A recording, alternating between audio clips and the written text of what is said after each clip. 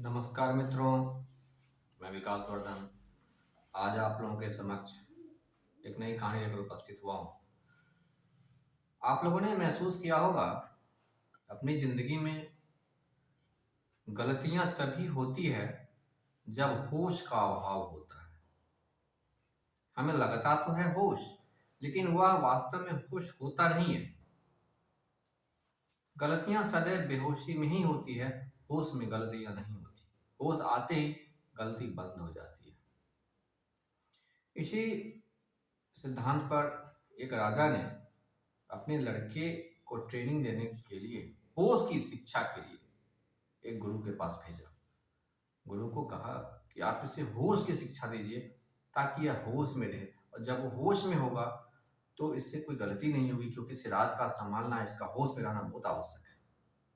यह सड़क पे चलता है तो बड़बड़ाते हुए चलता है, अपने आप से बात करते हुए चल, जबकि यह जानता है कि अभी मेरे साथ कोई नहीं है, फिर भी आप अकेले में बोलता रहता है।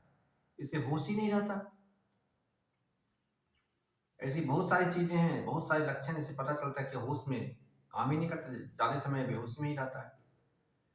तो गुरु ने कहा ठीक है, हम इसे होश की शिक्षा दे रहे हैं। समय कितना लगेगा यह कह नहीं सकते। बोले ठीक है, कोई बात नहीं, मैं जानता हूँ समय कितना लगेगा कहा नहीं जा सकता। तो गुरु ने उसे अपने यहाँ रखा और कहा कि सावधान, जिस वक्त मैं तुम्हें पुकारूंगा, जिस वक्त मैं तुम्हारा नाम पुकारूंगा, तुम तुरंत होश करोगे, मेरे पास आओगे। बोले ठीक है, फिर छोड़ दिया। थोड़ी ही देर में वह अपने विचारों में फिर से गुम हो गया। जैसे विचारों में गुम हुआ, तुरंत उनके गुरु ने पुकारा, सावधान, विचारों में डूबते जा रहे हो। फिर उसकी नींद खुली।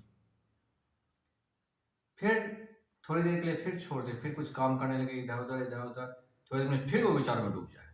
फिर बोले सावधान, फिर उसकी नींद खुली। दिन में ही हम लोगों ने भी अनुभव किया होगा कि अगर हम चाहें कि विचार ना आए हमारे मन में, थोड़ी देर में विचार तुरंत आ जाता है।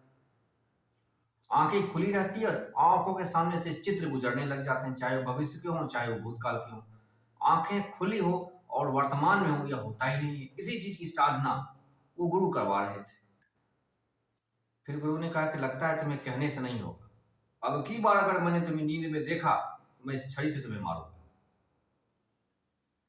फिर क्या था, जैसे ही वह झपकीले नींद में आया कि उसे गुरु एक छड़ी दे, धीरे धीरे इसमें भी पास हो गया। धीरे धीरे अब उसे छड़ी लगनी बंद हो गई। अब इतनी साधना कर लिया कि अब गुरु छड़ी नहीं मार पाते थे। जैसे ही छड़ी लेकर आगे बढ़े कि वो होश में आ जाए कि मैं वर्तमान में आ गया।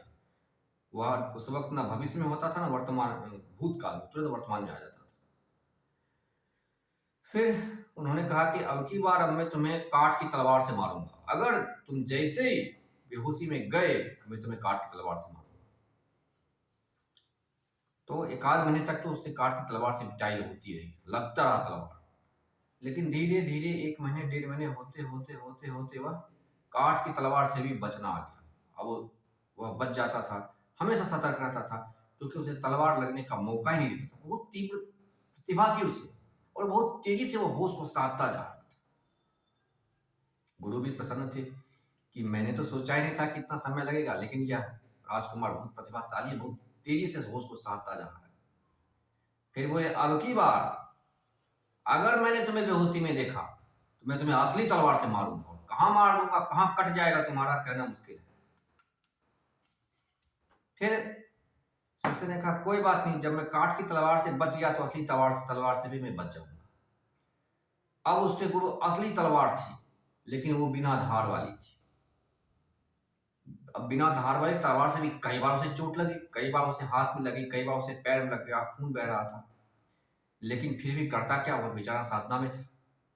फिर कई महीने बीते, असली तलवार से चोट खाते खाते धीरे धीरे वह उस तलवार में भी बचना उससे आ गया। धीरे धीरे उसमें इतना होश वो साध लिया कि अब उसे असली तलवार से मारने का अवसर भी गुरु को नहीं दे पाता था। असली तलवार तो थी, लेकिन वो बिना धार वाली थी। फिर गुरु ने कहा कि अब मैं तुम्हें, तलवार भी असली होगी और धार भी असली होगा। इस बार अगर लग गई तो जिस अंग में लगेगा वो कट जाएगा। शिष्य ने कहा कोई बात नहीं, जब इतना साथ लिया हूं तो आगे भी साथ ही लूंगा। असली तलवार से उसे मारने का मौका गुरु को एक बार भी नहीं दिया। उसकी साधना इतनी परिपक्व हो गई थी कि असली तलवार से मारने का अवसर उसने गुरु को एक बार भी नहीं दिया, क्योंकि एक बार भी वार होता तो जिस अंग पे होता वो अंग उसका कट जाता। इस बार वो इतना सावधान था कि असली तलवार से वार करने का एक मौका गुरु को नहीं दिया। फिर उसकी दीक्षांत समारोह का समय था, अब उसकी शिक्षा पूरी हो गई थी। तब वह शिष्य एक बार अपनी वाटिका में एक पेड़ के पास बैठा हुआ था और देखा कि गुरु उसके दूर में कोई किताब पढ़ रहे थे और उसके जाने का समय हो गया था कि अब वह जाता, उसकी शिक्षा पूरी हो गई थी, अब 1-2 दिन में वह जाने वाला था। वह अपने मन में विचार किया कि इस व्यक्ति ने मुझे तो इतनी कड़ी साधना से गुजारा है, इतनी होश की साधना करवाई, असली तलवार से वार करने तक की नौबत आ गई कि अगर मैं एक पल के लिए भी होश खोता तो पता नहीं मेरे शरीर का कौन सा अंग व्यक्ति काट देता। क्यों ना इसकी परीक्षा ली जाए, क्या इसमें वास्तव में इतना होश है क्या? वह मन में विचार कर रहा था। जैसे वह मन में विचार कर रहा था कि दूर बैठे उसके गुरु ने कहा, नहीं बेटा ये काम मत करना, मैं बूढ़ा आदमी हूं।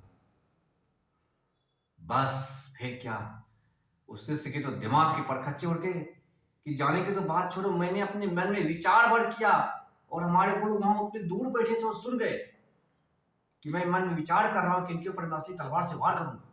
और तुरंत भागा भागा गया और अपने गुरु के पांव पे अपना सिर रखा, बोला क्षमा कीजिए, मैं तो सिर्फ मन में विचार भर किया और आप सुन गए। गुरु ने कहा हाँ यही होता है, तुम्हारी भी चेतना एक दिन इस ऊंचाई पर आएगी, कोई व्यक्ति मन में विचार करेगा और तुम सुन लो।